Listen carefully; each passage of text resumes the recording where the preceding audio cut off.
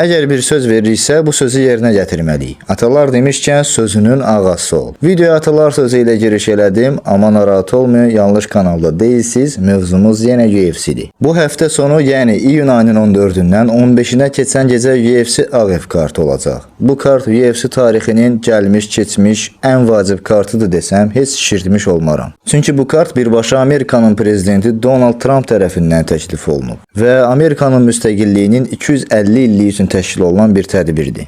Amma kartın vacibliyi, siyasi və diplomatik tərəfləri haqqında danışmayacağam. Bu video sırf UFC sevənlər üçündür. Ancaq kartdakı döyüşlər haqqında danışacağıq. Amma siyasi tərəflərlə də maraqlanmaq istəyənlər varsa, bundan əvvəlki videoya keçid edib baxa bilərsiniz. Yeri gəlmişkən bu atalar sözü məsələsi də oradan gəlir. Əvvəlki videonun sonunda döyüşlərin ətraflı analizi, təhlili və təxmini haqqında video gələcək deyə söz vermişdim. Baxın, bu həmin o videodur. Videonu yemək yeyərək ya da hər hansı bir şeyləri içərək izləyənlər hər halda var, hər birinizə nuş olsun. Kartda 7 qarşılaşma var, hər biri haqqında danışacağıq və nəticə təxmin etməyə çalışacağıq. Ancaq videonun əsas hissəsini Justin Gaethje və Ilia Topuria döyüşünə ayıracağam. UFC bu cür vacib bir döyüş gecəsinin əsas hissəsini, son döyüşünü bu ikili üçün ayırıbsa, bizim videonun da əsas hissəsində məhz bu adlar olmalıdır. Həm Gaethje, həm Topuria brenddir. Hər ikisinin özünə məxsus stili, döyüş tərzi var. Əgər bir qarşılaşmanın nəticəsini təxmin etməliyəmsə, əvvəlcə döyüşçüləri ayrı-ayrılıqda analiz etmək lazımdır. Bir döyüşçünün CV'si, belə deyək ki, əmək kitabçası onun karyera keçmişidir. Həm Gaethje, həm Topuria çox möhtəşəm karyera keçmişinə sahibdir. Amma bu hamının balaca oğlan dediyi adam, Ilia Topuria, hələ 29 yaşında olmasına baxmayaraq çox möhtəşəm işlər yürüb. Hər şeydən əvvəl adam 2 çəki üzrə çempiondur. 17-0'lıq məğlubiyyətsiz rekordu var. 17 qələbənin sadəcə ikisini hakim qərarına saxlayıb. Yeri gəlmişkən son hakim qərarı ilə bitən döyüşü Josh Emmettə qarşı olub. 5 raund keçən döyüşün hər saniyəsini Emmett üçün işgəncəyə çevirmişdi. Döyüş planı həmişəki kimi idi. Rəqibin üzərinə gedərək məsafəni qısaldırdı, qarşısı alınmayacaq pressing, yəni təzyiq yaradırdı, güclü kombinasiyalarla rəqibi sarsırdı. Bəzən sadə takedown yoxlamaları edir və kifayət qədər uğurlu alınırdı. Ancaq döyüşün ümumi gedişatına baxanda sanki bunları etməyə əslində ehtiyac yox idi. Elə bil ki, bunu da bacarıram demək üçün edirdi. Təbii ki, Topuria'nın göstərdiyi ən yaxşı performans bu deyildi. Ardıcıl 3 əfsanə ilə döyüşüb, üçünü də knockout eləmək. Üstəlik bunların hamısını əvvəlcədən demək boş təkəbbürdən daha artıqdır. Alexander Volkanovski, Max Holloway və Charles Oliveira yaşatdığı travmatik knockoutlardan sonra Topuria üzərindəki bütün şübhələri aradan qaldırdı. Bir şəkildə bu adamların artıq prime dönəmlərində olmamaları göz önünə gətirilir. Amma Volkanovski bu döyüşdən sonra 2 dəfə Diego Lopezlə 5 raundluq döyüşdən qalib ayrılıb, kəmərini qorumağı bacarır. Sanki yaşlı biri bunları edə bilməzdi deyə düşünürəm. Max Holloway Topuria məğlubiyyətindən sonra Dustin Poirieri 5 raundluq döyüşdə məğlub etdi. Charles Oliveira Topuria məğlubiyyətindən sonra Max Holloway açıq fərqlə məğlub etdi. Bu adamın elədiklərini gözdən keçirəndə Justin üçün məğlubiyyət mütləq nəticə kimi görünür. Ancaq qərar verməyə tələsmək lazım deyil. İkisinin karyera keçmişini qarşılaşdırdıqda səthi yanaşsaq Topuria'nın rahatlıqla qalib gələcəyini demək olur. Max Holloway Gaethje'ni döyüşün bitməsinə 1 saniyə qala knockout eləmişdi. Oliveira isə 1-ci raundda boğmuşdu. Ancaq MMA-də işlər bu məntiq ilə getmir. Hər döyüşçünün özünə məxsus stili var və hər rəqib üçün fərqli hazırlıq prosesindən keçilir. Hamı Topuria'nın güclü boksundan, bitirici əllərindən danışır. Ancaq məncə onun ən təhlükəli tərəfi çox soyuq olmasıdır. Bilirəm, biraz qəribə səsləndi, bəlkə də anlamaq biraz çətin oldu. Ona görə də bunu üstünə biraz da gedəcəm və daha ətraflı izah eləyəcəm.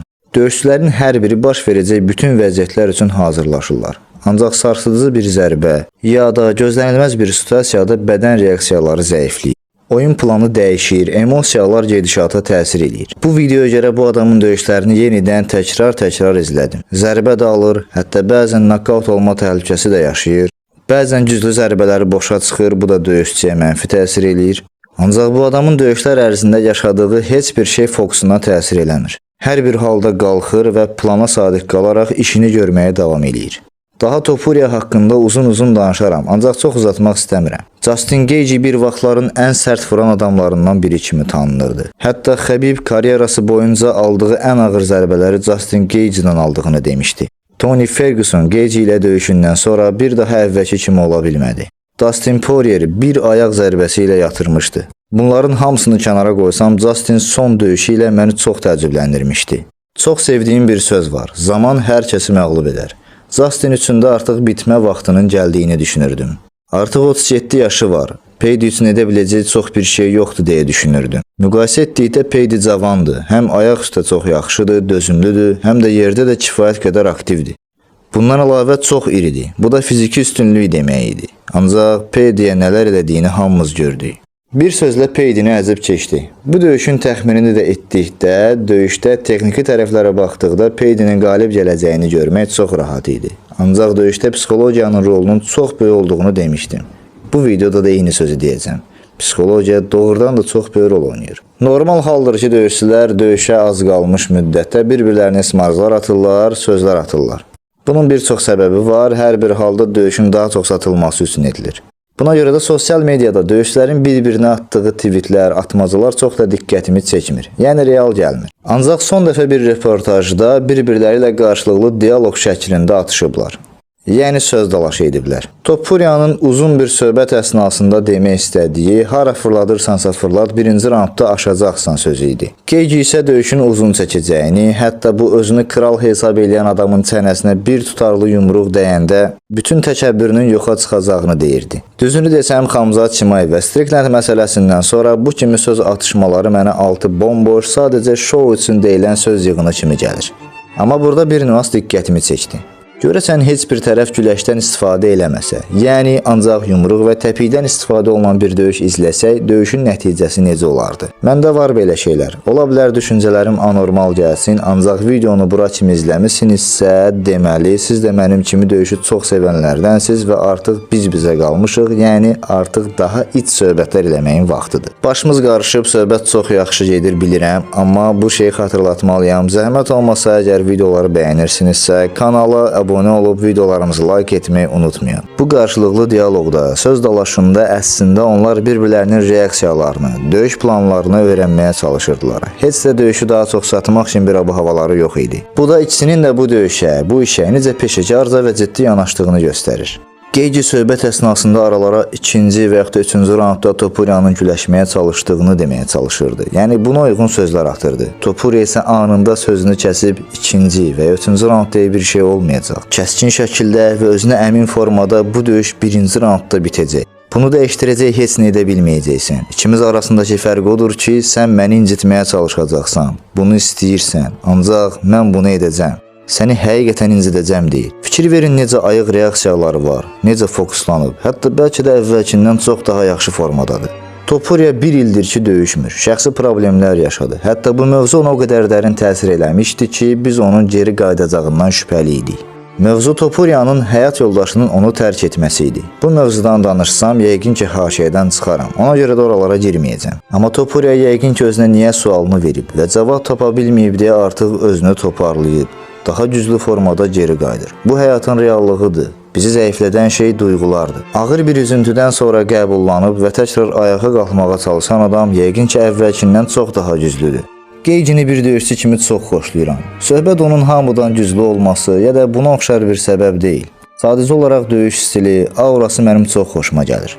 Amma uzun-uzun danışdıq. Məncə gözümüzdən qaçan bir nüans da olmadı. Yəqin hamımız eyni düşüncəyə gəldik ki, Geycinin Topuriyaya qarşı istər psixoloji, istər də texniki tərəfdən qalib gəlmə şansının ehtimalı sadəcə 1%-dir, o da təsadüfi zərbə ehtimalıdır. Bundan əlavə bütün epizodlarda Topuriyanın qalib olacağını düşünürəm. Düzdür, yanıla bilərəm. Nəticədə bu təxmindir. Xamzat və Strickland döyüşündə də Stricklandin qalib olacağına çox az ehtimal vermişdik. Topuriyanı da bilmirəm hansı səbəbdən özünü yaxşı hiss eləməsə, çəki salma prosesində problem yaşasa ya da hər hansı kənar bir səbəbdən 100%lik döyüşünü göstərə bilməmə ehtimalı hər bir halda var. Ümid edirəm ki, belə bir hal yaşanmaz və biz hər ikisinin 100%lik döyüşünü izləyə bilərik.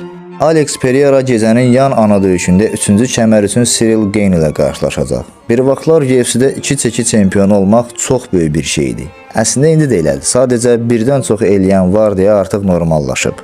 Alex Pereira 3-cü kəməri ala bilsə, heç kimin eləmədiyini eləmiş olacaq və böyük ehtimalla da bunu bacaracaq. Gane hər bir halda çox uyğun kəmər namizədidir, çox yaxşı döyüşçüdür. Sadəcə Alex Pereira ilə bütün ehtimalları nəzərə aldıqda, demək olar ki, hardasa %70% Pereiranın qalib gələcəyini düşünürəm.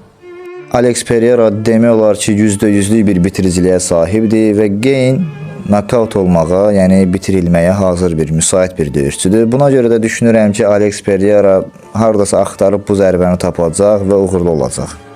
Kartın açılışında Diego Lopez Steve Garcia ilə qarşılaşacaq. Steve Garcia əslində çox potensiallı və fikrimcə gələcəyi parlaq bir döyüşçüdür.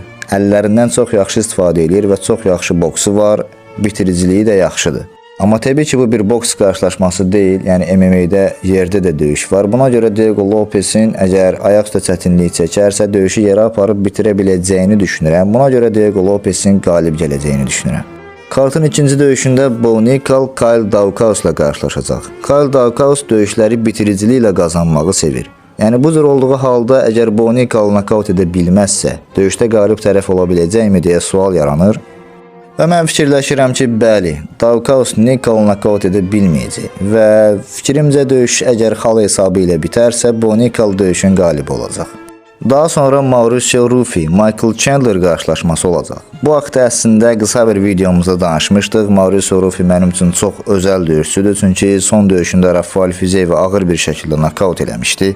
Buna görə də onun döyüşlərini çox daha yaxından izləməyə qərarına gəldim və fikrimcə Michael Chandler üzərində asan bir qələbə qazanacaq. Bəlkə də hakim qərarına gedəcək, ancaq yəqin ki, raundlar ərzində Chandler'ı əzəcək. Daha sonra ağır seçillərin döyüşüdür. Yəqin ki, hər kəs bu adama nifrət edir. Josh Hocketdən söhbət gedir, amma heç kim də bu adama qalib gələ bilmir. Və fikrimcə Josh Hockett bu səfər də məğlubiyyətsizliyini qoruyacaq. Yəni Derek Lewis ona bu məğlubiyyəti daddıra biləcək bir adam deyil deyə düşünürəm. Daha sonra Sean O'Malley Aliamin Zahabi ilə döyüşəcək. Sadəcə olaraq nəticə təxmin eləyəcəm, çünki o qədər də marağımı çəkən bir qarşılaşma deyil. Döyüş ayaq üstə keçəcək və fikrimcə böyük ehtimalla xal hesabı ilə bitəcək və qalib tərəf O'Malley olacaq. Bugünkü videomuz bura qədər idi. Axıra qədər izləmisinizsə çox təşəkkür edirəm və xatırladıram ki, əgər videolar xoşunuza gəlirsə, kanal fəaliyyətini bəyənirsinizsə, videolarımızı like edin və kanala abunə olun ki, bildirişlərdən xəbərdar olasınız.